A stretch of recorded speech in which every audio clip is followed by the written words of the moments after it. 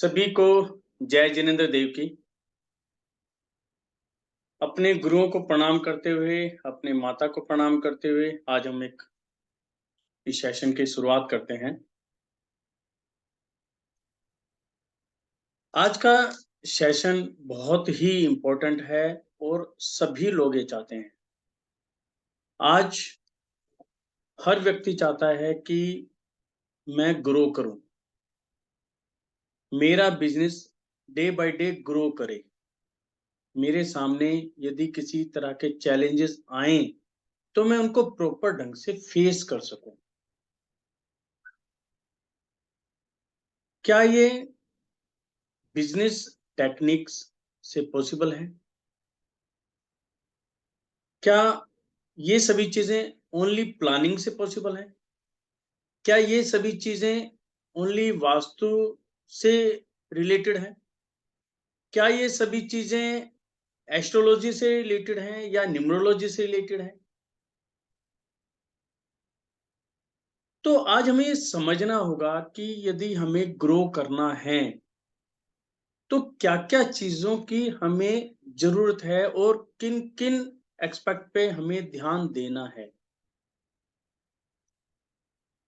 जो हम बात करते हैं लोक वास्तु की, लोक वास्तु का यहाँ पर मतलब है प्रैक्टिकल। हम जब भी बात करते हैं, हम बात करते हैं थ्योरेटिकल की, और थ्योरेटिकल से लाइफ नहीं चलती। यानी कि यदि आप थ्योरी पे वर्किंग करना चाहें, आप थ्योरी के ऊपर रिजल्ट निकालना चाहें, तो रिजल्ट नहीं निकाल सकते। आपको प्रैक्टिकल बनना पड़ेगा, प्रैक्टिकल आपको वर्किंग करनी पड़ेगी। और जब हम प्रैक्टिकल वर्किंग करते हैं तो हमें अपनी प्लानिंग्स भी प्रॉपर करनी पड़ेंगी। अपनी स्कीम्स वगैरह बनानी है वो भी हमें प्रॉपर बनानी पड़ेंगी। उनके साथ हमें एनर्जी का ध्यान रखना पड़ेगा। साथ साथ में हमें डायरेक्शंस का ध्यान करना पड़ेगा। इस बात का हमें विशेष ध्यान रखना पड़ेगा कि कौन सी डायरेक्शन से हमें किस प्रकार की एनर्जी मिलती है। हमें अपनी इंटरनल जो हमारी एनर्जी है उसको सेंस खुद करना पड़ेगा।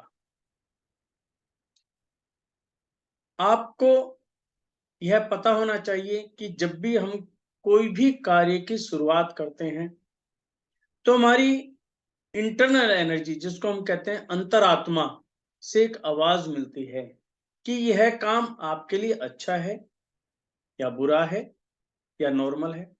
तो वहां पर इस चीज को आपको समझना पड़ेगा, उस सेंसिटिविटी को सेंस करना पड़ेगा और उसके हिसाब से हमें काम करना पड़ेगा। अक्सर हमने क्या देखा है कि हम कोई बिजनेस स्टार्ट करना चाहते हैं। हम ये देखते हैं कि बिजनेस किसने किया था पहले, या कोई हमारा फ्रेंड है, फ्रेंड सर्कल में कोई है, कोई आस पड़ोस है, उसको हम देखते हैं। हम क्या देखते हैं, यार इस व्यक्ति ने ये वाला बिजनेस किया है और ये तो ग्रो ही करता जा रहा है, इसका मतलब इस बिजनेस में तो बहुत प्रॉफिट है।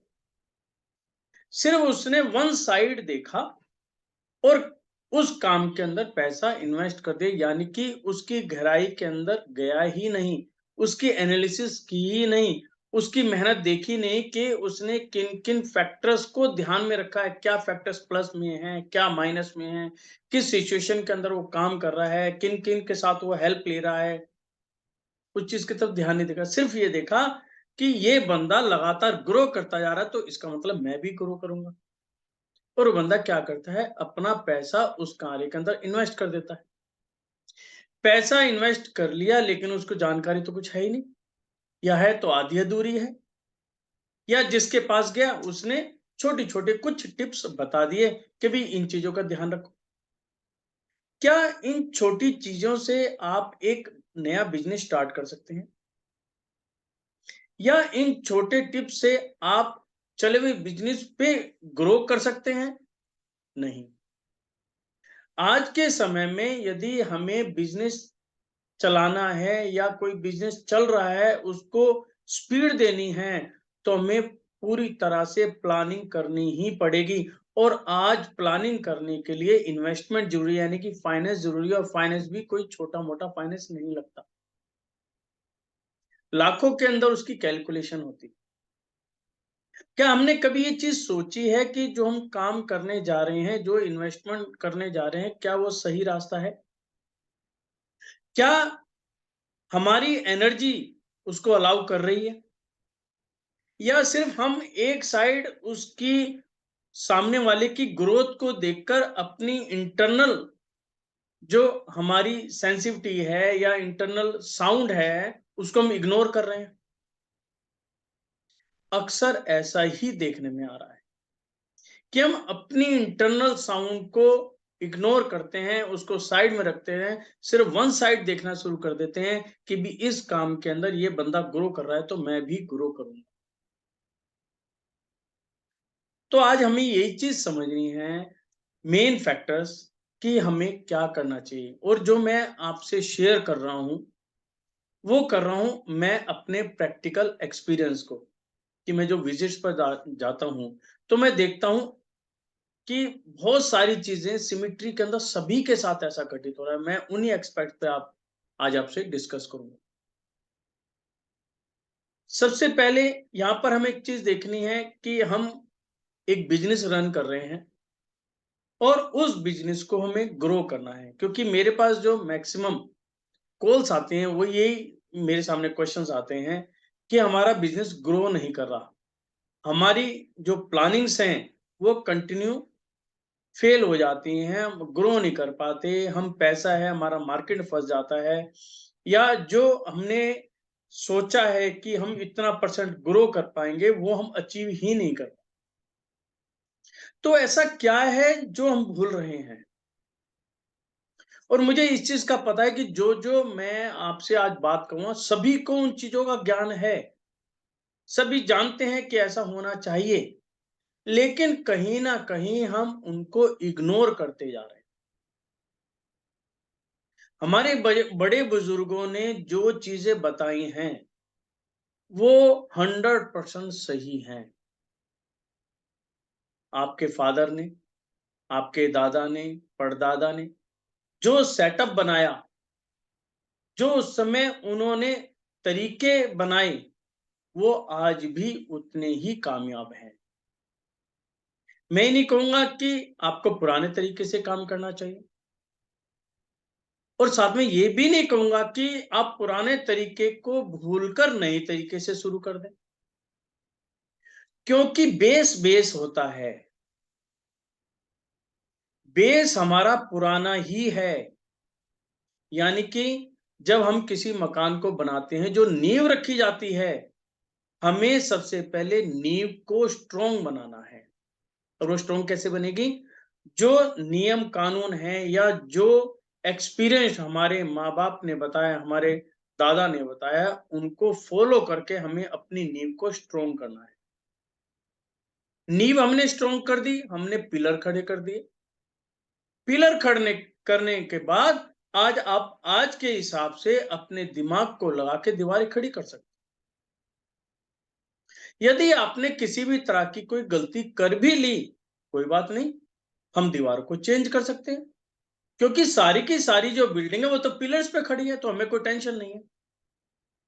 यदि हमने आज की सोच के हिसाब से या हमारे जो बुजुर्ग रहे हैं उनके एक्सपीरियंस को इग्नोर करके हमने किसी बिल्डिंग को खड़ा कर दिया, उसके पिलर्स का ध्यान ही नहीं रखा कि इसमें कितने एमएम का सरिया चाहिए, या मुझे इतना प्रोपोर्शनेट के अंदर बिल्डिंग मटेरियल चाहिए, उस चीज का यदि मैंने ध्यान नहीं रखा तो बिल्डिंग कभी भी ढह सकती है, और अक्सर हो भी यही रहा है।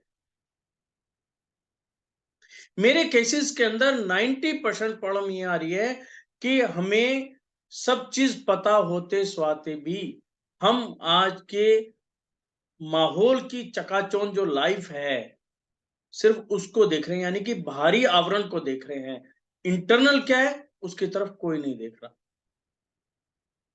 मैंने ऐसी ऐसी विजिट्स की हैं कि जहां पर पैसे की किसी भी तरह की कमी नहीं है, किसी भी एंगल से आप जितना चाहो उतना आप उनका पैसा लगवा सकते हो। लेकिन सबसे ज्यादा दुखी भी वही मिलते हैं। टेंशन, बीमारियां, हर वक्त कभी लेबर की टेंशन, कभी माल की टेंशन, आज यहां से पेमेंट नहीं आई, आज वहां से पेमेंट नहीं आई। इतनी वेल्थ होने के बावजूद भी टेंशन में रहता है, या हर तरीके से ठीक है तो बीमारियां कब्जा करी जाए, यानी कि वहां से पैसा लाते हैं और बीमारियों के अंदर पैसा, यानी कि हॉस्पिटल के अंदर दवा दब पैसा खर्च हो रहा है। तो ऐसा पैसा किस काम का, कि हमने अपने लाइफ के 50 वर्ष पैसा कमाने में लगाए, उस समय हमने अपनी हेल्थ की तरफ किसी भी तरह कोई ध्यान नहीं दिया। उस समय तो ये था कि पैसा कमाना है, पैसा कमाना है, लगे रहे दिन रात, ना अपनी फैमिली को देखा, ना अपने वाइफ को देखा, ना बच्चे को देखा, सिर्फ पैसा पैसा पैसा। सिर्फ हमारी मेंटेलिटी क्या रही कि मेरी वाइफ को क्या चाहिए, पैसा चाहिए, मेरे बच्चे को क्या चाहिए, शानो शौकत ऐशो आराम चाहिए। उससे हमने अपनी सेहत को, अपने परिवार की सेहत को दरकिनार कर दिया, हमने उस तरफ कोई ध्यान ही नहीं दिया। जब 50 साल की उम्र हुई, उससे ऊपर हुए, हमारी पैसा कमाने की जो पावर थी वो कम होने लगी, यानी कि हमारी इंटरनल पावर कम होने लगी, बीमारियां घेरने लग गई। अब हमने क्या करा, उन बीमारियों को ठीक करने के लिए जो पैसा कमाया उसके ऊपर खर्च करना शुरू कर दिया। अब पैसा कमाने की पावर तो मेरे अंदर थी नहीं थी, जो मैंने पैसे कमाया वो बीमारियों में खर्च करना शुरू कर दिया। अब यदि आप टोटलिटी देखें तो ऐसे पैसे का क्या फायदा, कि जब मुझे सही मायने में अपनी हेल्थ की जरूरत है, मुझे हेल्थ ही नहीं मिल रही, यानी बीमारियों ने मेरे ऊपर जकड़ा कर दिया। तो आज हमें इन्हीं फैक्टर्स पे हमें देखना है, सभी फैक्टर्स को देखना है और प्रैक्टिकल उसको भी देखना है, कि हमें अपने बिजनेस को ग्रो करने के लिए आज हम जो टॉपिक लेंगे सिर्फ यही लेंगे, कि हम अपने बिजनेस को हम ग्रो करते हैं तो हमें क्या क्या चीजों का ध्यान रखना है। प्रैक्टिकल लाइफ को भी देखना है, उसके साथ साथ में वास्तु को भी देखना है, उसके साथ साथ में एनर्जी को भी देखना है, क्योंकि एनर्जी कभी भी झूठ नहीं बोलती। इंटरनल जो साउंड है, हमारी अंतर आत्मा जो उसकी आवाज है, वो आपको हर वक्त अलर्ट करती है, वो कभी भी गलत नहीं हो सकती। तो हमें उस चीज का यहाँ पर ध्यान देना है। तो सबसे पहले हम ये देखते हैं कि सेल क्या है। हम कहते हैं कि हमारी सेल नहीं बढ़ रही। आज के यदि हम समय की बात करें, सेल जो है, बिक्री जो है, केवल ऐसा नहीं है कि सामने वाला आया, उसने पैसे दिए, मैंने माल उसके हाथ में दे दिया, दैट्स ऑल, वो दोबारा आएगा, ये मेरी गारंटी नहीं है। आज की सेल्स है कि आप सामने वाले से रिलेशन कैसे क्रिएट कर रहे हैं, यानी कि इसका जो सबसे पहला एक्सपेक्ट है रिलेशनशिप, कि आप जो कस्टमर आ रहा है उसके साथ किस प्रकार के रिलेशन बना रहे हैं, वो आपके हाथ में है।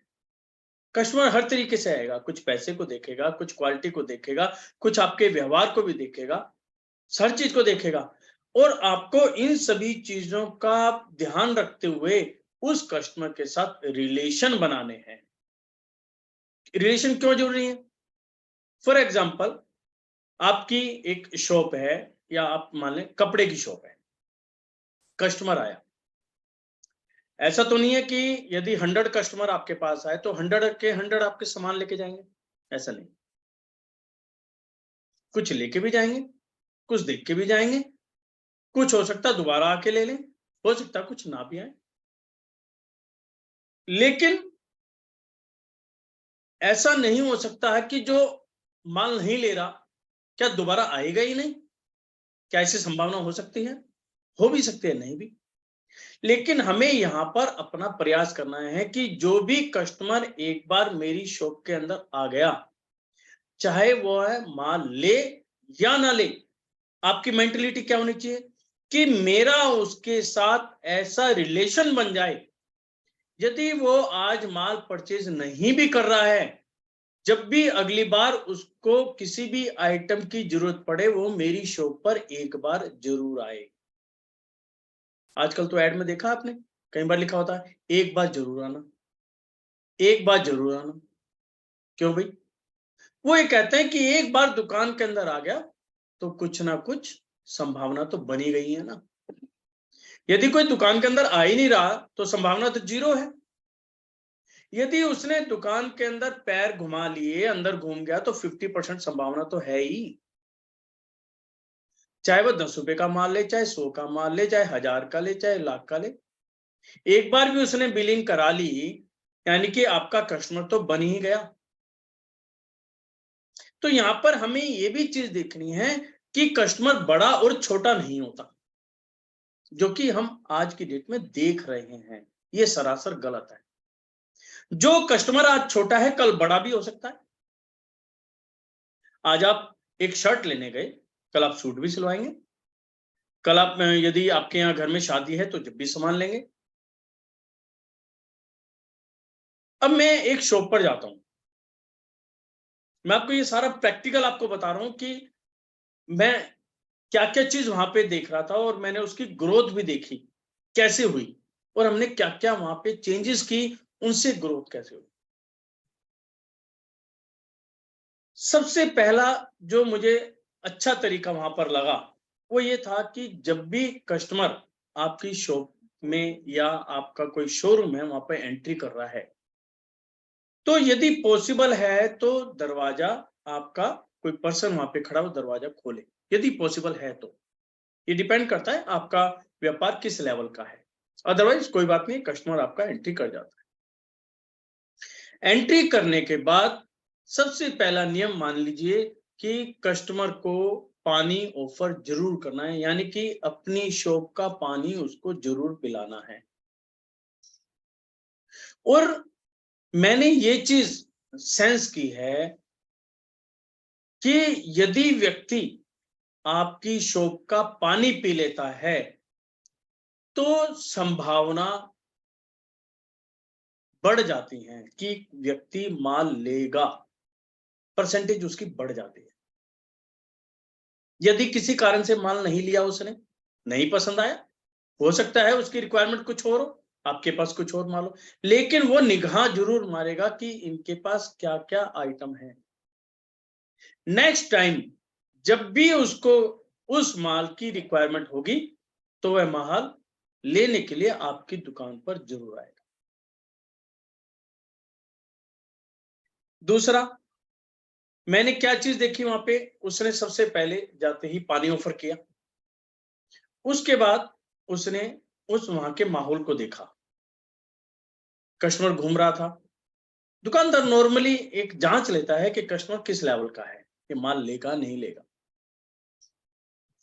थोड़ा सा उसको लगा कि इसका इंटरेस्ट बन रहा है, तो उसने क्या करा, इमीडिएट अपने लड़के को भेजा, जाओ चाय और कॉफी, टी कॉफी के लिए बात करके आओ। जब भी गया, सर आप टी लेंगे कॉफी लेंगे?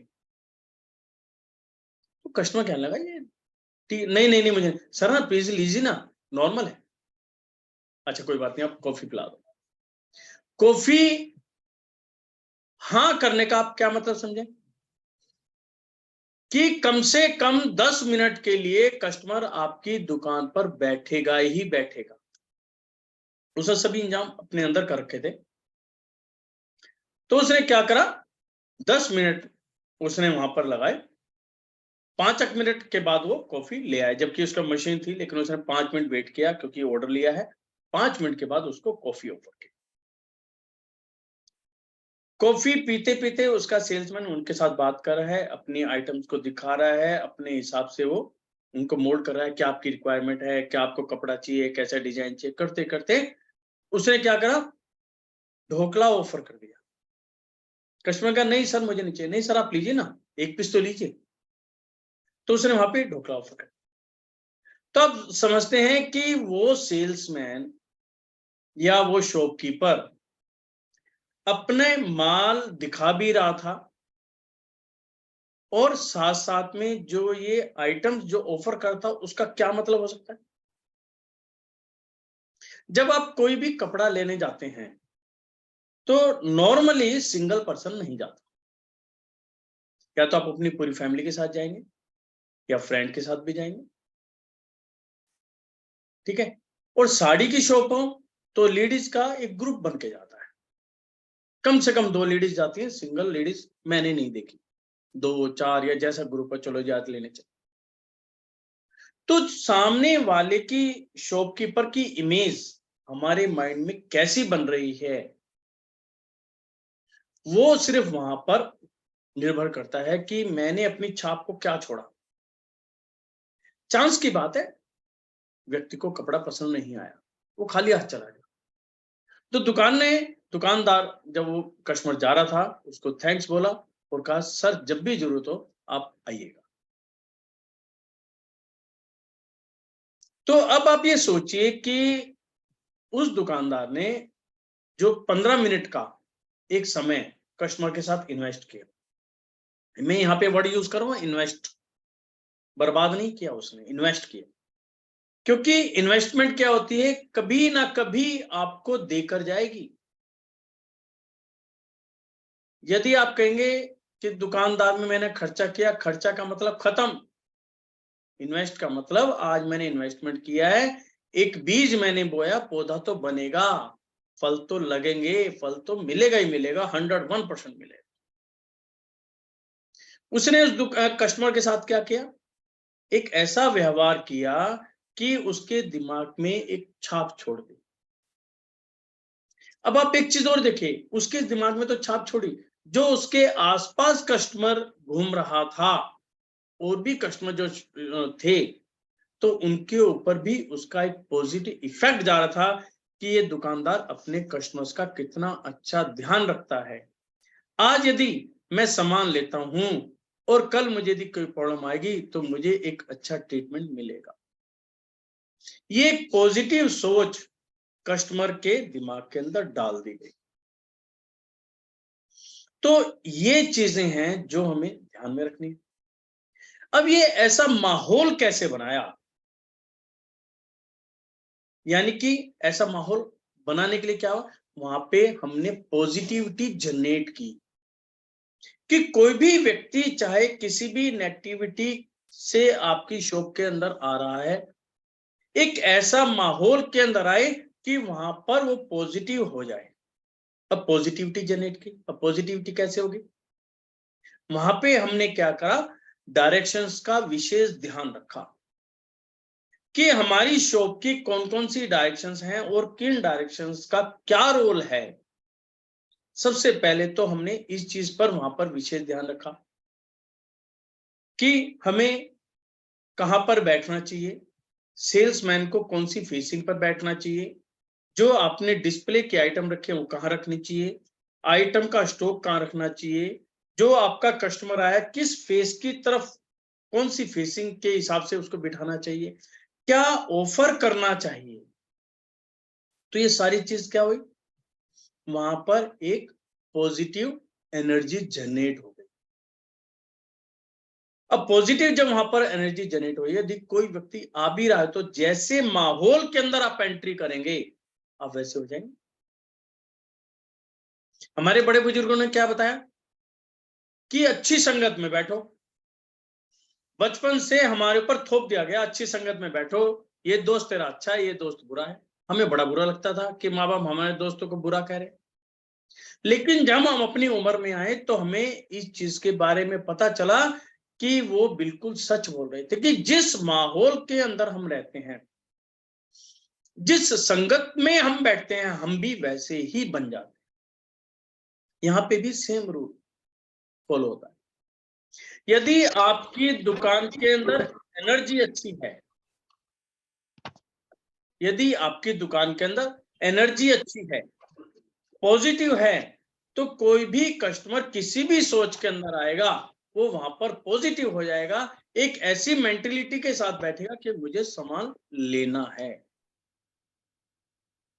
सिर्फ हमें यहाँ पर यही माहौल क्रिएट करना है, यानी कि यही एनर्जी को क्रिएट करना।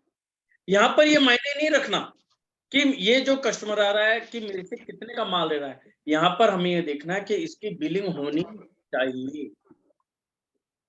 चाहे वो कम की हो चाहे ज्यादा की, हमें उसकी बिलिंग करानी है।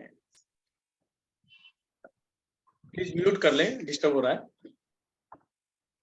तो यहाँ पर इस चीज का हमें विशेष ध्यान रखना। अब हमें करना क्या है, एनर्जी कैसे बनाएं। अब दूसरा क्वेश्चन आता है कि हम दुकान पर हम हैं, एक हमने शोरूम बना रखा है, तो हम एनर्जी को कैसे बनाएं।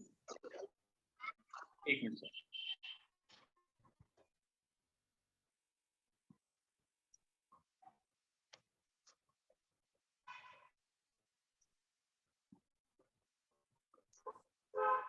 सुमित जी प्लीज म्यूट कर लें।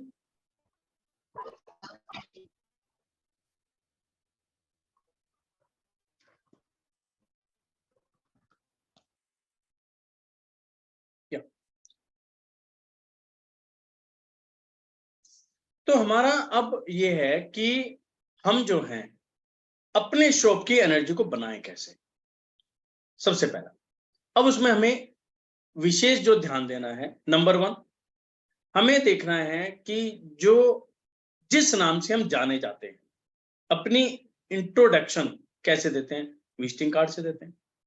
तो आपका जो विजिटिंग कार्ड है इंप्रेसिव होना चाहिए और एनर्जेटिक होना चाहिए। एनर्जेटिक कैसे होगा या उसमें एनर्जी लेवल कैसे आएगा, ये हमने पिछले उसके अंदर भी डिस्कस किया था कि हम अपने विजिटिंग कार्ड को कैसे बनाएं, कौन सा कलर दें, कहाँ पे एंट्रेंस खोलें, कहाँ पे अपना टेलीफोन नंबर लिखें, कहाँ पे ईमेल आईडी लिखें, है ना। तो हम क्या करते हैं कि जो वहां का ओनर है, जो भी मालिक है, उसके साथ कंपैटिबल हो। जो हम काम कर रहे हैं, यानी कि जिस आइटम का हम बिजनेस कर रहे हैं, उस बिजनेस के हिसाब से कंपैटिबल हो, कलर मैचिंग हो, और उसके अंदर जो भी लिखा हुआ है वो इतना क्लियर लिखा होना चाहिए कि हमारे हाथ में आए तो हमें दिमाग ना लगाना पड़े कि बंदा करता क्या है। एक बार देखा, हमें एकदम क्लियर पिक्चर समझ में आ गई, इस व्यक्ति का नाम ये है, टेलीफोन नंबर ये है और इस आइटम में डील करता है, यानी कि हमारे दिमाग के अंदर पिक्चर आ गई। That's all. जितना कम समय हमें आपको समझने में लगेगा, यानी कि कस्टमर को दुकानदार के बारे में समझने में लगेगा, उतना ही यहां पर अच्छा है। दूसरा क्या होता है, आपका साइन बोर्ड। क्योंकि जब हमें कोई भी आइटम खरीदनी है, ऐसा तो नहीं है कि हर व्यक्ति के किसी ना किसी के साथ संबंध होते हैं कि भी कोई भी आइटम की रिक्वायरमेंट है उस दुकान पे चला जा ले ले। बंदा मार्केट में जाएगा, देखेगा, समझेगा क्या आइटम है, क्या क्वालिटी है, सब चीज देखेगा। तो वो मार्केट में घूम रहा है कि मैं किस शोरूम में एंट्री करूं। आपके सामने 10 शोरूम है, शर्ट आपको एक खरीदनी है, तो आप क्या चीज देखते हो। सबसे पहले ब्रांड देखोगे, यदि आपने कोई निश्चित कर रखा है कि भी नहीं मुझे तो पर्टिकुलर इसी ब्रांड का चाहिए, है ना। फिर यदि आपको ब्रांड का नहीं है तो आप क्या चीज देखो कि आप देखोगे उस शॉप से, या जो बोर्ड है, क्योंकि बाहर में बोर्ड नजर आएगा, मुझे अट्रैक्शन कहां से मिल रही है, या मैं किस शॉप के अंदर एंट्री करूं। ये आपका बोर्ड निश्चित करता है, साइन बोर्ड निश्चित करता है कि आपको खींच के दुकान के अंदर लेकर आए। आप दुकान के बाहर खड़े हैं, कोई चांस नहीं है सेल होने की।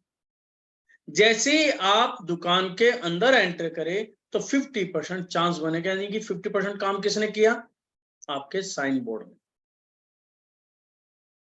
आपकी मेन एंट्रेंस ने। साइन बोर्ड क्या कर रहा है, आप दूर खड़े हैं उसको खींच रहा है, आप शॉप के पास खड़े हैं, जो आपकी मेन एंट्री है जितनी ज्यादा एनर्जाइज होगी, उतना जो बाहर कस्टमर खड़ा है उसको अपने अंदर खींचेगा, भैया अंदर आओ। एक बार अंदर आगे चांसेस बन जाते हैं, यानी कि किसने काम किया, आपके साइन बोर्ड ने दूर से नजदीक में लाए, और आपका जो मेन एंट्रेंस है वो बाहर खड़े व्यक्ति को अपने अंदर ले लिया। यानी कि हमें दो चीज, यहाँ पे अब तीन चीज होगी, एक हमारा विजिटिंग कार्ड, यदि कस्टमर के पास है तो आपको लेकर आया, यदि कोई व्यक्ति आपको नहीं जानता तो साइन बोर्ड आपको शॉप के पास ले आया। तीसरा, मेन एंट्रेंस, जो बाहर खड़े व्यक्ति को अंदर ले आया। उसके साथ आजकल गूगल का बहुत जमाना है, बंदा मोबाइल पे सर्च करता है, भाई मुझे ऐसी आइटम चाहिए तो कहां मिलेगी। आपकी वेबसाइट की अट्रैक्शन कैसी है, आपने वहां कौन कौन से कलर्स का यूज कर रखा है, आपने जो निकनेम्स होते हैं या शॉर्टकट्स होते हैं, क्या क्या यूज कर रखे हैं, कि कोई भी व्यक्ति जब कोई भी आइटम के बारे में क्वेरी डालता है तो आपकी जो है वेबसाइट तक पहुंचे, तो वहां पे उसका भी एक रोल आ जाता है। तो ये आउटर वाले भी उतना ही आपको सपोर्ट कर रहे हैं कि कस्टमर को नजदीक लाया जाए। जितना एक बार कस्टमर नजदीक आएगा उतना आपके लिए बेनिफिट है। तो इन चीजों का यहां पर हमें विशेष ध्यान देना है। एक बार कस्टमर आपकी शॉप के अंदर आ गया तो वो आपसे आइटम खरीदेगा। आइटम खरीदने के बाद वो देखेगा कि जो मैंने आइटम खरीदी है उसकी क्वालिटी क्या है, खाने पीने के आइटम है तो उसका टेस्ट क्या है, या इस जो भी आइटम आपने लिया है तो मैं उसका कैसे कैसे यूज कर सकता हूं। तो जब मैं यूज करूंगा और वो मेरे कंपेटिबल होगी, यानी कि मेरे अनुकूल होगी, मेरी फेवर में होगी, तो मैं नेक्स्ट टाइम उसी आइटम को खरीदूंगा, यानी उस ब्रांड को दोबारा मिल जाऊंगा और आइटम भी लूंगा मैं। तो यहां पर ये भी चीज देखनी है।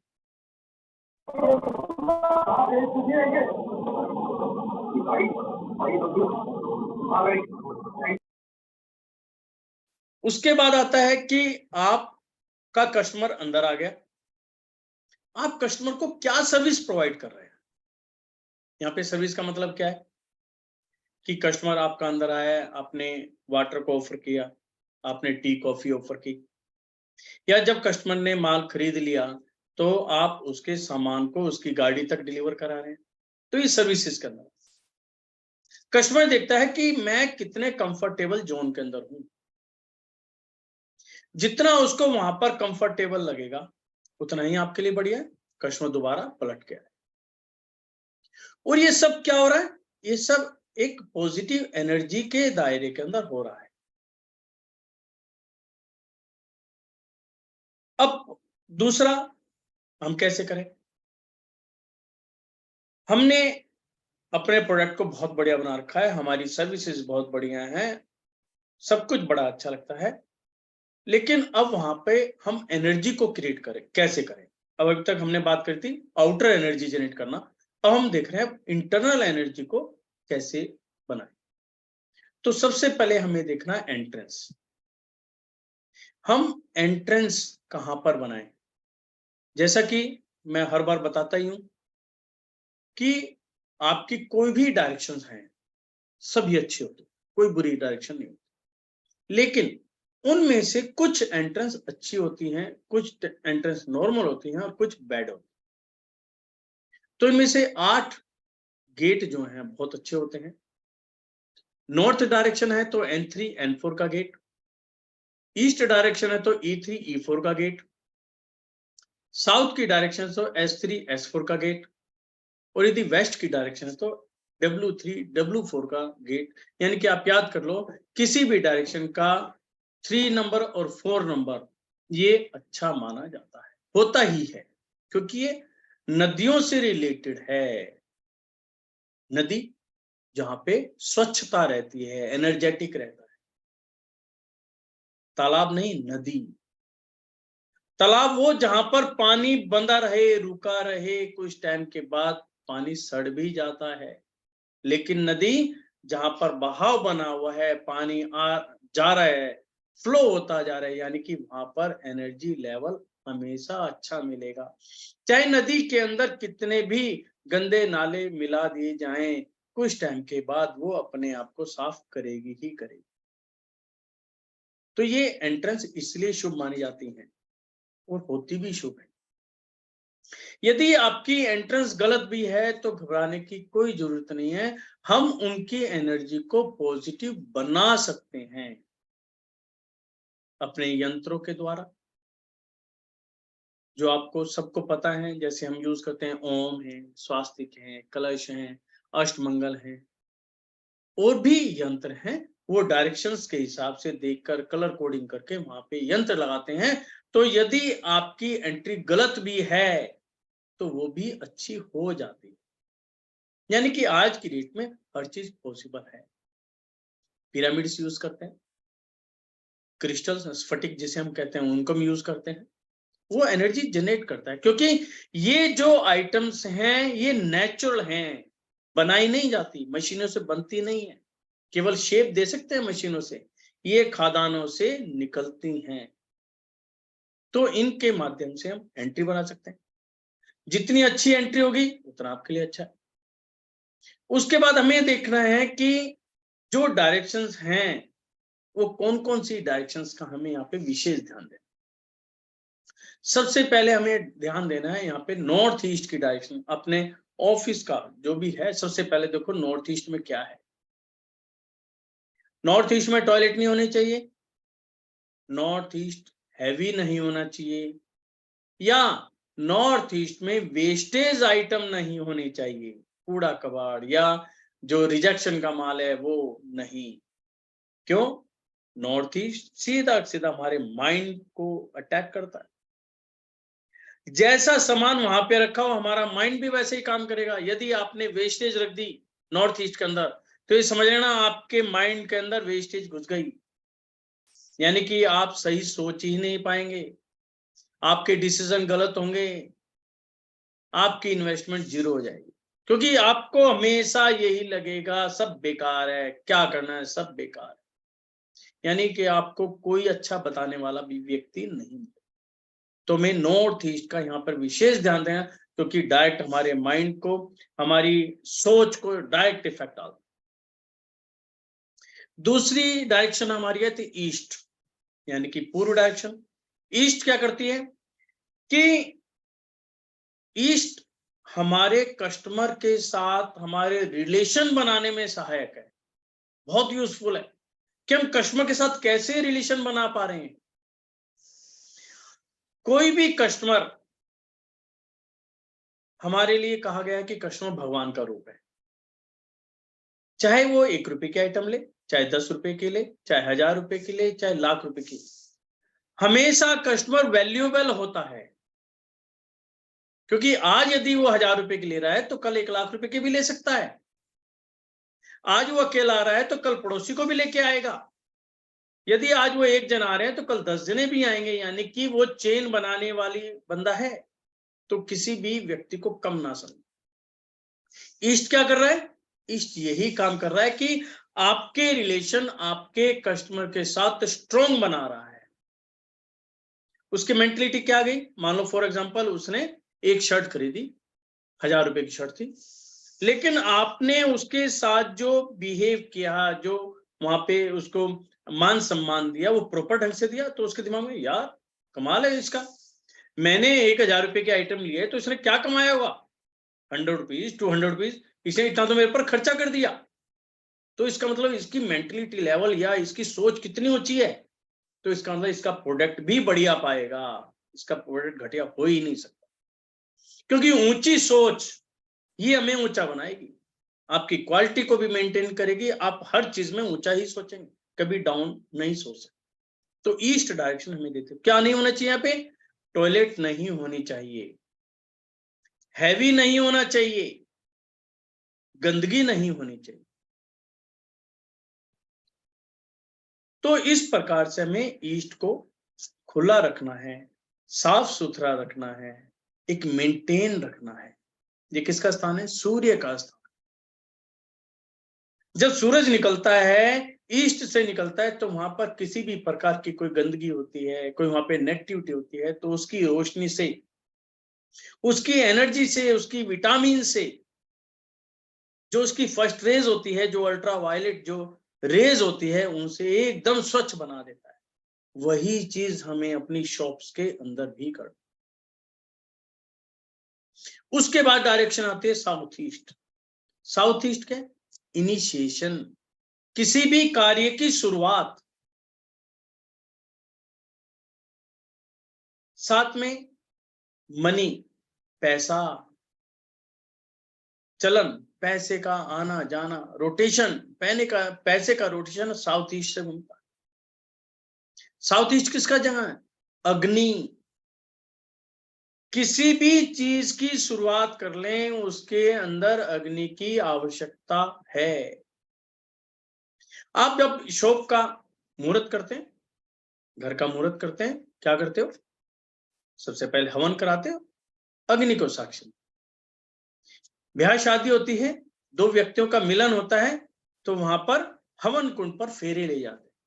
तो इस प्रकार अग्नि की एक अपनी ही इंपॉर्टेंस है और उसका एक अपना स्थान है।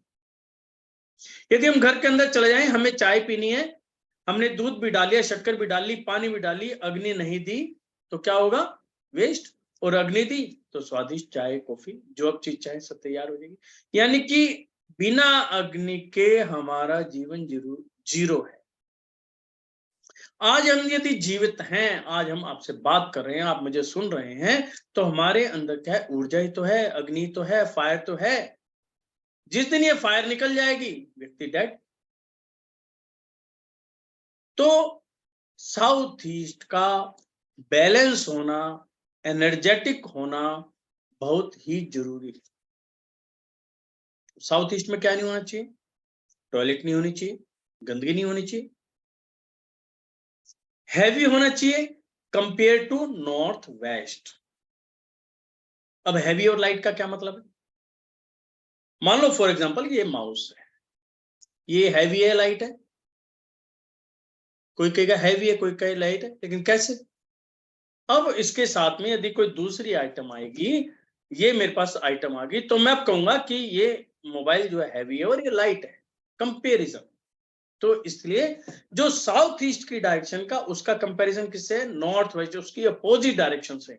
नॉर्थ वेस्ट हल्की होनी चाहिए, साउथ वेस्ट भारी होना चाहिए। फिर तीसरा कंपैरिजन कि साउथ ईस्ट का कंपैरिजन करेंगे साउथ वेस्ट से, उसकी पड़ोसी डायरेक्शन कि साउथ वेस्ट भारी होना चाहिए, साउथ ईस्ट हल्का होना चाहिए। फिर तीसरा कंपैरिजन साउथ ईस्ट का कंपैरिजन करेंगे नॉर्थ ईस्ट, ईशान कोण, भगवान की जगह जहां हम पूजा करते हैं उस स्थान से, कि नॉर्थ ईस्ट हमारा हल्का होना चाहिए, साउथ ईस्ट भारी होना चाहिए। तो इस प्रकार से हम यहां पर साउथ ईस्ट को मेंटेन करें। उसके बाद चलेंगे कि मैंने सारे काम कर लिए, लेकिन मैंने सब कुछ तैयारी कर ली, लेकिन मुझे नेम फेम तो चाहिए। कस्टमर कैसे आएगा? Name fame. यानी कि साउथ, साउथ जितना एक्टिव होगा, जितना एनर्जेटिक होगा, आपका नाम मार्केट में उतना फैलेगा, आपकी आइटम उतनी ही पसंद आएगी। मान लीजिए आपने किसी व्यक्ति को अपना माल दिया, उस दुकानदार ने 4 प्रोडक्ट रखे हैं, सेम प्रोडक्ट हैं, उसके अंदर एक प्रोडक्ट आपका भी है। कस्टमर आता है, वो कहता है कि मुझे जो है ग्राइंडर चाहिए। फॉर एग्जांपल आप ग्राइंडर बनाते हैं, ग्राइंडर 4 कंपनी के रखे हैं, उनमें से एक आपका बंदा कहता है ग्राइंडर चाहिए। डीलर जो दुकानदार है वो क्या कहेगा?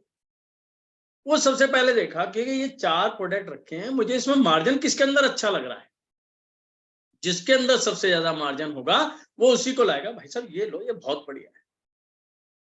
अब आपकी इंटरनल पावर या इंटरनल साउंड क्या बोल रही है, उसको सुनो। आप देखेंगे कि उन चारों में जिस प्रोडक्ट के अंदर एनर्जी लेवल अच्छा होगा, तो आपकी पहले उसके अंदर उंगली जाएगी, भैया मुझे सामने वाला ही ग्राइंडर चाहिए। आएगा, बंदा खोलेगा, पसंद करेगा, ले जाएगा। और आपने अक्सर सुना भी होगा और आप देखते भी होंगे, जो भी शॉपकीपर हैं आप देखते भी होंगे कि हमारे साथ ऐसी घटनाएं घटती हैं कि जो वेंडर है, जो माल बेचने वाला, माल देके जाता है, उसका बिक जाता है, और कुछ कुछ वेंडरों का माल पड़ा रहता है, बिकता भी नहीं है। ऐसा क्यों? यहाँ पर सारा घुमाव किसका है? एनर्जी का। जिस प्रोडक्ट के अंदर एनर्जी है, उसके बाहर डब्बे के अंदर एनर्जी है, वह माल सबसे ज्यादा बिकेगा। बिकेगा तो दुकानदार को भी बेनिफिट होगा। कोई दुकानदार ये नहीं चाहता कि मेरा पूरे दिन के अंदर एक बिके और उसके अंदर मैं 100 रुपए कमाऊं। व्यक्ति चाहता है भैया 20 बिके, ठीक है, लेकिन मैं 10 रुपए पर प्रोडक्ट लूंगा तो मेरे 200 रुपए तो आए, उसमें तो एक बेच के 100 ही आ रहे हैं, मुझे तो घाटा है। दूसरा, ज्यादा सेल होगी तो सामने वाले वेंडर को भैया सेल ज्यादा हो रही है, कुछ तो डिस्काउंट और कर। हर तरीके से बेनिफिट ही बेनिफिट है। दूसरा, जब एनर्जेटिक माल कस्टमर लेकर जाएगा तो उसका जो आउटपुट है वो भी अच्छा निकलेगा। जब उसको नया प्रोडक्ट कोई भी और चाहिएगा तो उसी दुकानदार के पास जाएगा, यार इस दुकानदार की आइटम बहुत बढ़िया निकल। वो ये नहीं देख रहा कि दुकानदार तो ओनली मीडिएटर है, ये तो सेल कर रहा है, प्रोडक्ट तो किसी और कंपनी का है। नहीं, यहाँ पर सोच कहती है भैया मैं इस दुकान से माल लेके गया था, आइटम बहुत बढ़िया है, तो उसी से जाकर लियो। यानी कि एक विश्वास जनरेट हो गया। माल कहां बना? फैक्ट्री के अंदर। एनर्जी कहां बनी? फैक्ट्री के अंदर। उस एनर्जी को लेके माल आ गया आपकी दुकान में, उसी एनर्जी का माल ले गया कस्टमर, और कस्टमर ने क्या चेन बना दिया। तो इस प्रकार से ये आइटम। उसके बाद आता है हमारा वेस्ट। वेस्ट क्या देता है? Profit, gain. वेस्ट जितना एनर्जेटिक होगा आपको प्रॉफिट मार्जिन उतना बढ़ेगा। यानी कि कस्टमर को रिटेन करना, ज्यादा सेल होना, और जो भी आइटम आप बेच रहे हैं उसका आउटपुट एक कस्टमर को यदि अच्छा मिलता है तो उसका आय चलाई चलेगी। जब आय चलाई चलेगी, पेमेंट टाइम पे आएंगी, टाइम पे जाएंगी, तो आप देखोगे आपका मार्जिन लेवल ऑटोमेटिकली बढ़ना शुरू हो जाएगा। तो ये कुछ चीजें ऐसी होती हैं जिनका यदि हम ध्यान रखें तो हर व्यक्ति अपनी सेल को बढ़ा सकता है। अब मैं यहां पर ये नहीं कहूंगा खाली वास्तु को ठीक कर ले तो सब कुछ हो जाएगा। यहां पर ये भी नहीं है कि आपने प्रोडक्ट अच्छा बना दिया तो जब भी सब कुछ ठीक हो जाएगा। यहाँ पे क्या है, आपको प्रोडक्ट भी अच्छा बनाना पड़ेगा, उसकी क्वालिटी भी अच्छी बनानी पड़ेगी, यहाँ का वास्तु भी ठीक करना पड़ेगा।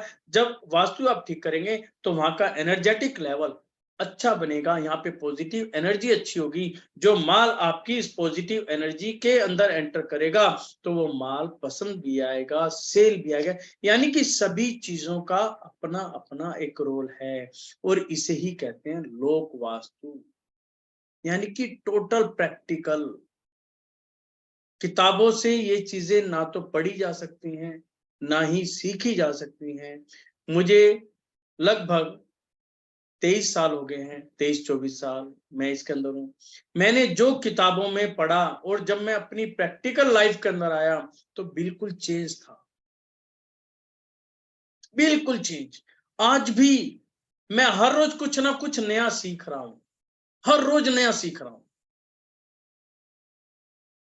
या हम कहीं पर कोई एक चीज देखते हैं तो कोशिश करते हैं ये ऐसी सिचुएशन कहीं और मिले जो यहाँ पर रिजल्ट है, हम दूसरे का कंपैरिजन कर सकें। मैं आज का ही आपको एक बात बताता हूं। मैं एक फैक्ट्री के अंदर गया, फैक्ट्री में देखा कि डायरेक्शन जो है 90 डिग्री पर नहीं थी, तिरछी थी। कोई डायरेक्शन की तरफ भाग रही थी। साउथ ईस्ट भी उसका एक्सटेंडेड था, इधर से उसका साउथ वेस्ट भी बढ़ा हुआ था, इधर देखा नॉर्थ ईस्ट सारा कटा हुआ। वो कह रहा है सब कुछ मेरा ठीक चल रहा है, मेरी लेबर नहीं रुकती।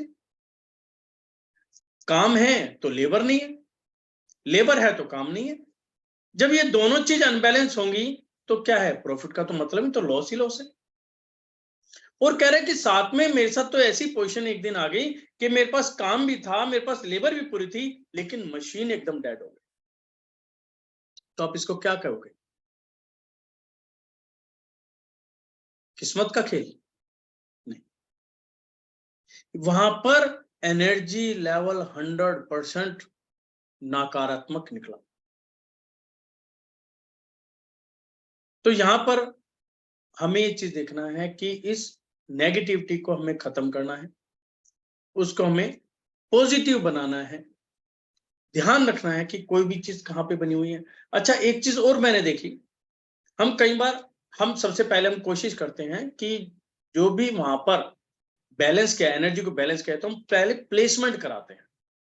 हम ऐसा नहीं सीधा रेमेडी पे है, रेमेडी तो बिल्कुल लास्ट है कि हम मशीनों को इधर उधर नहीं कर सकते, और फैक्ट्री के अंदर अक्सर होता भी है, मशीनें भारी होती हैं, हम जगह रिप्लेस नहीं कर पाते। फिर भी हम कोशिश, हमारी प्रायोरिटी रहती है कि पहले प्लेसमेंट ठीक की जाए, क्योंकि यदि प्लेसमेंट ही प्रॉपर होगी तो फिर हमें रेमेडी की जरूरत क्या है, फिर तो प्रॉपर हो जाएगा। और हमने ये भी चीज मैंने सेंस की है कि जब हम किसी गलत जगह का चयन करते हैं, यानी गलत जगह की चॉइस करते हैं, तो इंटरनल साउंड आती है एक कि ये जगह गलत है, इसको कहीं शिफ्ट कर। अब उस समय उस आवाज को सुनना या ना सुनना वो हमारे हाथ में है। हम ऐसे बिजी हो जाते हैं, हम अपनी इंटरनल साउंड को सुन ही नहीं पाते, वो छोड़ देते हैं। तो वहां पे क्या हुआ, एक ब्रह्म स्थान पे, ब्रह्म स्थान के बिल्कुल नजदीक में, ब्रह्म स्थान में ही आ रहा था वो, वहां पे एक छोटा सा ट्रांसफार्मर रखा होता, वो एक मशीन में यूज होता उसके। तो हमने उसकी जब एनर्जी चेक करी तो वो नेगेटिव थी। मैंने देखा कि यहाँ पे ऐसा कुछ भी मुझे नहीं लग रहा कि इस पर्टिकुलर आइटम में नेगेटिव होना चाहिए, हल्की आइटम थी, हम मूव कर सकते थे। तो हमने क्या करा, उस जगह को शिफ्ट किया, मैं जी इसको उठाओ दूसरी जगह पे रखो। वो कह रहे मैं तो सोच ही रहा था करने के, मैं करो दूसरी जगह। हमने दूसरी जगह शिफ्ट करी, एनर्जी पॉजिटिव हो गई। तो कई बार ऐसी भी चीज होती है, यदि आप फैक्ट्री के अंदर हैं, आपको डेली आप जा रहे हैं और आपको लगता है यार ये जगह सूट नहीं कर रही, इसको चेंज कर लें, तो आपको चेंज कर लेना चाहिए। यदि आपको लगता है कि इसमें कोई पैसा नहीं लग रहा, कुछ नहीं लग रहा, हल्का फुल्का इधर उधर करना है तो कर लेना चाहिए, क्योंकि जो काम हम कर रहे हैं हमें हमारी आंखों को वो अच्छा लगना चाहिए, प्रैक्टिकल होना चाहिए। यहाँ पे प्रैक्टिकल जरूरी है। लोक वास्तु क्या करता है कि प्रैक्टिकल जरूरी है। फॉर एग्जाम्पल, हमने कहा कि भाई मुझे मशीनरी रखनी है, ये फायर की मशीन है, इसके अंदर अग्नि बहुत ज्यादा, मैं कहता हूँ साउथ ईस्ट में रख लो। आपने साउथ ईस्ट को नपाई वगैरह करी, तो आपने साउथ ईस्ट जोन लगा लीजिए, ये जोन है और इसमें पर्टिकुलर मशीन रखनी है, ओके हो गया। जब हमने मशीन रखी तो पता चला ये तो जी रास्ते में आ रही है, या मेरी जो प्रोडक्शन है वो डिस्टर्ब कर रही है, मैं यहां से चेन घुमा ही नहीं सकता। यानी कि यदि मैं मशीन यहाँ पे रखता हूं तो मेरी तो लेबर डबल भी हो सकती है और ट्रिपल भी हो सकती है। तो यहां पर मैं कहूंगा कि वहां पर सही जगह पे मशीन रखने के बावजूद भी एनर्जी नेगेटिव है। क्यों? आपकी एनर्जी के साथ मैप ही नहीं हो रही, या आपको हर वक्त लगेगा यार ये काम तो ऐसे हो सकता था, इसमें तो डबल लेबर लग रही है। जब डबल लेबर लगेगी, नेचुरली आपका जो आइटम की कॉस्ट है वो बढ़ जाएगी। जब आइटम की कॉस्ट बढ़ेगी, आप महंगा बेचोगे, तो महंगा बिकेगा कैसे? तो यहाँ पर कई चीजों का हमें ध्यान रखना है, हमें वास्तु का भी ध्यान रखना है, वहां की एनर्जी को भी कंपैटिबल बनाना है, और उसको कंपैटिबल बनाने के लिए हमें एनर्जी को कंपैटिबल करना है कि जो बंदा वहां का ओनर है उसकी एनर्जी को, जो वहां पर काम कर रहे हैं, जो भी स्टाफ काम कर रहा है उनकी एनर्जी को, साथ में जिस जमीन पर आपने मशीन लगा रखी है उनके, यानी कि सारों की एनर्जी को आपको कंपैटिबल बनाना है और वहां पे पॉजिटिव। यदि हम इन सारी चीजों का ध्यान रखते हैं तो मैं ये मान के चलता हूं कि आपकी सेल जो है 101% ही बढ़ेगी ही बढ़ेगी। कोई ऐसा चांस नहीं है कि आप पीछे हट सके। समय हो गया है, फिर भी आपके यदि कोई क्वेरीज हैं, कोई क्वेश्चंस हैं, वो लेते हैं, और फिर मैं आपको एक आज बहुत ही सुंदर टिप दूंगा जो आपकी लाइफ के लिए बहुत इंपॉर्टेंट होगी, कि आपको किस समय इन्वेस्टमेंट नहीं करनी, चाहे आपका जन्म किसी भी तिथि में हुआ हो। कुछ टाइम पीरियड ऐसा होता है कि जहां पर हमें इन्वेस्टमेंट नहीं करनी, वो कौन सी होगी वो देखते हैं। सबसे पहले आपके कोई क्वेश्चंस हैं, आप अनम्यूट होकर बात कर सकते हैं, आप चैट पे डालना चाहें चैट पे डाल सकते हैं।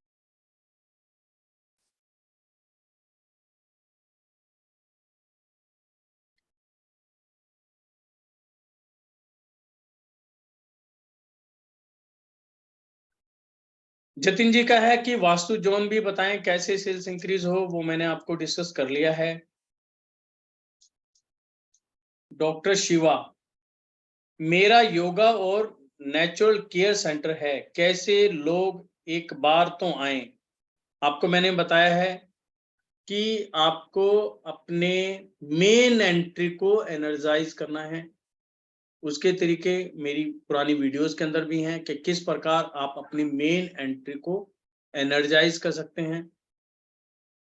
कस्टमर को नजदीक लाना, कस्टमर को अपने शोरूम में लाना आपके हाथ में है। जो मैंने तरीके बताए हैं उस हिसाब से आप कर सकते हैं। अजय कुमार जी पूछते हैं कि मेरी लेडीज और जेंट्स की होजरी की फैक्ट्री है, मुझे अपनी सेल बढ़ानी है, प्लीज मुझे बताएं ये कैसे हो। देखिए, होजरी की फैक्ट्री है तो इट मींस वहां पे मशीनें लगी हुई हैं। मशीनों में आपको ये चीज ध्यान रखनी है कि यहाँ पे फायर एलिमेंट क्या है, वाटर एलिमेंट क्या है, हैवी आइटम क्या है, लाइट आइटम क्या है। सेंटर पॉइंट को हमेशा खाली रखना है। फायर एलिमेंट है तो साउथ ईस्ट या साउथ में लेके जाओ। लाइट आइटम है नॉर्थ की साइड लेके जाओ। वाटर वाली आइटम है या वाटर जिसके अंदर फ्लो हो रहा है वो आप नॉर्थ की साइड लेके जाओ। उसके साथ साथ में देखो कहीं जाले तो नहीं लगे हुए, कहीं सीलन तो नहीं आई हुई। जाला लगना, दुकान के अंदर जाला लगना नेगेटिविटी का न्योता है, यानी कि आपने आमंत्रण दे दिया नेगेटिविटी, यानी कि जाला बिल्कुल भी नहीं होना चाहिए। सीपेज की कई बार प्रॉब्लम आ जाती है, सीपेज दुकान के अंदर कहीं नहीं होनी चाहिए। दूसरा, जो मैंने आपको टिप्स दिए हैं आज, आप उनका भी विशेष ध्यान रखेंगे तो उनसे आपको अच्छी ग्रोथ मिलेगी। पीयूष जी पूछ रहे हैं फाइल का पर रखें सेल परचेज वाली। अच्छा, जो सेल परचेज वाली फाइल है, इट मींस ये क्या है, ये नॉर्थ की डायरेक्शन है। आप अपना जो भी अकाउंट्स रिलेटेड आइटम है नॉर्थ डायरेक्शन के अंदर आप रखें तो आपको यहाँ पर बेनिफिट मिलेगा। और सर वेस्ट में भी रख सकते हैं? वेस्ट में रख सकते हैं। वेस्ट प्रॉफिट्स का जोन है ना सर, हमने हाँ, वेस्ट में रखी हुई है। आप पे भी रख सकते, कोई दिक्कत नहीं है। उसके साथ साथ में जो कैश बॉक्स है, कैश बॉक्स नॉर्थ जोन में ही होना चाहिए। यदि फेसिंग का वहां पर कुछ अरेंजमेंट है तो कोशिश करें ना साउथ की तरफ फेसिंग ना हो, लेकिन जोन नॉर्थ ही मिलना चाहिए। बट सर नॉर्थ में रख के वो साउथ ही की तरफ खुलेगा, नहीं, खुल ही वो नहीं आपको सकता फिर देखना कैसे? पड़ेगा, फिर आपको वहां पर रेमेडी लेके चलनी पड़ेगी। सर हमने वेस्ट साउथ वेस्ट में रखा हुआ है क्या चीज? गल्ला नहीं कैश नहीं बॉक्स। नहीं नहीं सर, नहीं, वो एजुकेशन वेस्ट जोन, वो एजुकेशन जोन है, पैसे कमाने का जोन, पैसे रिटेन करने का जोन नहीं है। वहां पे आपको रेमेडी लेके चलनी पड़ेगी। वहां पे क्रिस्टल आप यूज कीजिए, सर मार्केट पॉजिटिव हो जाएगी। वहां पे येलो फैब्रिक बिछा दिया नीचे और उसमें फिर कपड़ा बिछा के येलो करके नहीं उसके सर, ऊपर नहीं रखा हुआ नहीं है। नहीं नहीं, नहीं, ये गलत तो है। ये क्या करे सर फिर, आप बताएं। सर वो चीज देखनी पड़ेगी, वहां पे एनर्जी चेक करके होगा। ओके। वो एनर्जी चेक कर नहीं मतलब वैसे जैसे स्टोरेज के लिए अलग होता है और रेगुलर कैश के लिए अलग होता है, तो उसका भी अलग अलग रखना चाहिए क्या? बिल्कुल, यदि वहां पे ऐसा कर सकते हैं तो बहुत अच्छा है। आप हाँ। यदि रेगुलर रखना है, जो आया चला रही है उसको साउथ ईस्ट में रखो, स्टोर करना नॉर्थ में करो, काम बनेगा। But sir practically south east में जैसे वो शॉप की एंट्री है साउथ ईस्ट के पास ही है, तो वो तो थेफ्ट का भी डर होता नॉर्थ है ना में रख सर। लो सर, नॉर्थ में कर लो, इसको नॉर्थ। नॉर्थ में रख लो। नॉर्थ में रखे ओपनिंग साउथ में होगा या ईस्ट में होगा, दो ऑप्शन है फिर। ओपनिंग ईस्ट में लो, फिर आप साउथ में मत लो। Okay sir.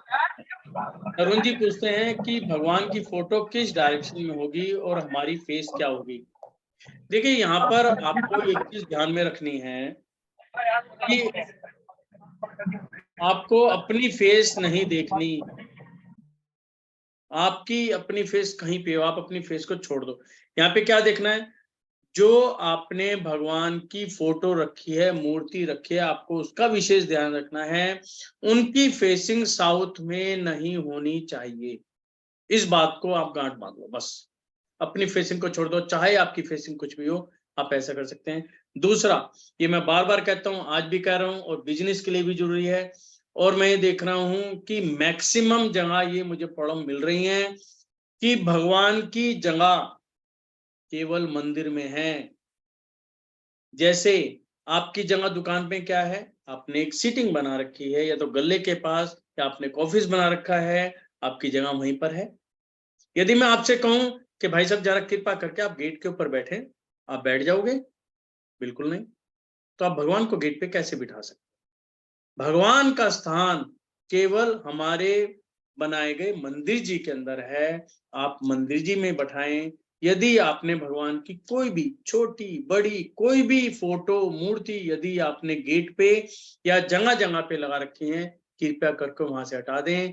यदि आप चेक करना चाहेंगे तो 100% यदि कहीं और पे स्थान पे मूर्ति लगी हुई है, फोटो लगी हुई है, फोटो कटी फटी है, तो भी वहां पे नेगेटिव एनर्जी ही मिलेगी। तो इस बात का आपको ध्यान रखना है। सर एक क्वेश्चन और था, जैसे शॉप पे सर लेडीज सूट्स का काम है, डिफेक्टेड सूट्स आते हैं, हम्म। तो उसको कैसे रीजनरेट करना चाहिए? डिफेक्टेड साफ सूट्स तो साफ आती हैं, रीजेंडर से मतलब? मतलब सर जैसे मैन्युफैक्चरिंग है, कारीगर को माल देते हैं, कारीगर से माल आता है बन के फिर बिकता है, बट उसमें कोई ना कोई स्पॉट डिफेक्टेड होता है, हर एक चीज को नहीं चेक हो सकता। यदि तो स्पोर्ट है तो इसका मतलब तो आपके लिए तो वेस्टेज हो गया। आप ये चाहेंगे कि किसी भाव बिक जाए बस। हाँ बिक भी जाए, पर रिपेयर होके भी बिक जाता है। हाँ, हो जाता है ना। देखिए, हाँ जी। उसके लिए फिर जमा होती है SSW। नहीं, कम से कम रिपेयर आए, उसके लिए क्या कर सकते हैं कि वो हम, तो मैंने और आपको आए सारी तो? चीजें बताई है ना। ये पूरा आज का जो वो रहा वेबिनार, वो उसी के ऊपर तो रहा। जैसी एनर्जी के साथ आप एंटर करोगे, जिस एनर्जी हम्म। के साथ आपका रॉ मटेरियल एंटर करेगा, हम्म। आउटपुट वैसा ही निकलेगा। सब कुछ एनर्जी के ऊपर डिपेंड है, आप कैसी एनर्जी लेके जा रहे हो। मिथिलेश खंडेलवाल जी पूछते हैं, रेडीमेड शॉप ईस्ट फेसिंग है, सेल कैसे बढ़ेगी? देखिए, मैंने आपको फेसिंग के बारे में ऐसा कोई डिस्कशन, फेसिंग ईस्ट की भी बढ़िया होती है। ईस्ट में गेट नंबर 3 और 4 बहुत बढ़िया होता है। यदि वहां पर है तो बहुत अच्छा है, नहीं है तो वहां की एनर्जी को पॉजिटिव बनाया जा सकता है, यंत्रों के माध्यम से, क्रिस्टल के माध्यम से, पिरामिड के माध्यम। तो वहां पे आप वो चीज बना सकते हैं। और सेल बढ़ाने के जो मैंने तरीके बताए हैं, उन पर विचार करें, देखें कि हम कस्टमर को रिटेन कैसे करें, उसको जोड़कर कैसे रखें। आजकल ऑफर्स का जमाना है, खाली पैसे की ऑफर ही सफिशिएंट नहीं होती। हमारा व्यवहार बहुत जरूरी है। हमारे स्टाफ हमारे कस्टमर के साथ कैसा व्यवहार कर रहा है, कस्टमर सेटिस्फाई है नहीं है। आज हमने देखा है कुछ जो शोरूम्स हैं वहां पे भी देखा है कि एक जो बड़े शोरूम्स हैं जहां पर 25 से 50 मेंबर्स सेल्स पर्सन होते हैं, तो वहां पे टीम बटी हुई है। उनमें एक पर्सन ऐसा होता है, वो अपने कस्टमर्स पे निगाह रखता है कि कौन कस्टमर सेटिस्फाई है, कौन नहीं है। यदि कोई माल नहीं ले रहा है तो क्यों नहीं ले रहा है। जैसे ही बंदा बिना माल लिए वापस जाता है तो गेट पे उसको रोक लिया जाता है, उसे रिक्वेस्ट किया जाता है, सर बताइए क्या कमी रहेगी मेरे काम, क्या प्रोडक्ट में पसंद नहीं आया, क्या उसके प्राइस पसंद नहीं आया, या जिस बंदे ने आपको अटेंड किया क्या वो पसंद नहीं आया, उसका व्यवहार पसंद नहीं। और ये मेरे साथ खुद में हुआ था। और इसी बात के ऊपर फिर मैं दोबारा उस दुकान में एंटर हुआ, फिर माल लेके आया। यानी कि मैंने परचेज वहीं से की, जबकि मैं डिसाइड कर चुका था कि मैं यहाँ से परचेज नहीं कर रहा हूँ। उसने मुझे ऐसा मतलब चेंज किया अपने व्यवहार से, उसे मैं गया और मैं दोबारा उसी से माल लेके आया। तो ये डिपेंड करता है कि वहां पर आप कैसे आप कस्टमर को सर्विस दे रहे हो, किस माहौल में आप उसको सर्विस दे रहे हो। तो इस बात का आप ध्यान रख सकते हैं। दिनेश जी पूछते हैं, रॉ मटेरियल और फिनिश्ड गुड्स कहाँ रखें? देखिए, जो रॉ मटेरियल है और फिनिश्ड गुड्स है, फिनिश्ड गुड्स की जो सही डायरेक्शन होती है वो होती है नॉर्थ वेस्ट। नॉर्थ वेस्ट क्या है? स्पोर्ट सेल के या एयर जोन, जहां पे कुछ चीज रुके ना, चलती रहे। तो जब भी फिनिश्ड गुड्स आपका तैयार हो, वो आप नॉर्थ वेस्ट डायरेक्शन में रखें, तो आप देखेंगे आय चलाई स्टार्ट हो जाएगी। हम नॉर्मली दुकानदारों को यही सजेस्ट करते हैं कि जो आपकी रेगुलर आइटम है वो आप नॉर्थ वेस्ट में रखें। या आप सारा माल नहीं रख पा रहे, कई बार ऐसी पोजीशन होते हैं, बड़ी दुकान है, हम नहीं रख पा रहे, तो उनकी एक-एक, दो-दो आइटम वहां पर रखें, जिससे वहां पे उस आइटम को एक्सपोर्ट मिले, आप सेल होने की क्रिया स्टार्ट हो। तो इस प्रकार से हम कर सकते हैं। फिर रहा रॉ मटेरियल के हम साउथ भी यूज कर सकते हैं, कि भी रॉ मटेरियल है। और इन सब में क्या चीज जरूरी है कि किस एनर्जी से रॉ मटेरियल एंटर कर रहा है और किस एनर्जी से फिनिश्ड गुड्स बाहर आ रहा है, वो आपको विशेष ध्यान रखना है। तरुण जी पूछ रहे हैं कि ऑफिस वेस्ट फेसिंग है, हमारी फेसिंग नॉर्थ है, ईस्ट नॉट पॉसिबल, प्लीज का। देखिए, यदि आपकी फेसिंग नॉर्थ है, इट इज गुड, साउथ नहीं होनी चाहिए। नॉर्थ में हमें कोई दिक्कत नहीं है, आप आराम से कर सकते। यहां पर एक चीज और है, कोशिश करो कस्टमर की फेसिंग भी ईस्ट, नॉर्थ और वेस्ट ही दो, कोशिश करो ऐसा हो जाए तो वो भी चीज हो जाए। या जो आपकी पार्टीज आती हैं, जो बाहर से पार्टीज आती हैं, या जो काफी ज्यादा आइटम लेती हैं, उनको कहीं पे बिठाना है, कुछ भी करना है, तो अपना ऑफिस का डिजाइन या जो भी आपने सोफा वगैरह लगा रखा है, तो उसको ऐसा करें कि जो बंदा बाहर से आया है उसको साउथ फेसिंग ना मिले, ईस्ट मिले, नॉर्थ मिले या वेस्ट में। ये 3 डायरेक्शन आपको ध्यान में रखें।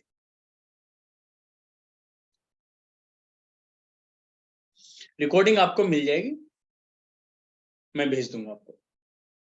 तरुण जी पूछ रहे हैं स्प्लिट एसी साउथ वाली वॉल पर लगवा सकते हैं। देखिए, स्प्लिट एसी जो है, अब यहां पर क्या चीज आती है कि ये एसी क्या काम कर रहा है, हमें ठंडी हवा दे रहा है। ओके, इसमें 2 पार्ट हैं, अब एक पार्ट इंटरनल हो गया, एक आउटर हो गया। अब आउटर क्या कर रहा है, वो तो प्योर जो है हॉट एयर बना रहा है, तो उसकी डायरेक्शन होगी हमारी कौन सी, साउथ की साइड में, क्योंकि वहां पे बिल्कुल गर्म हवा दे रहा है, गर्म।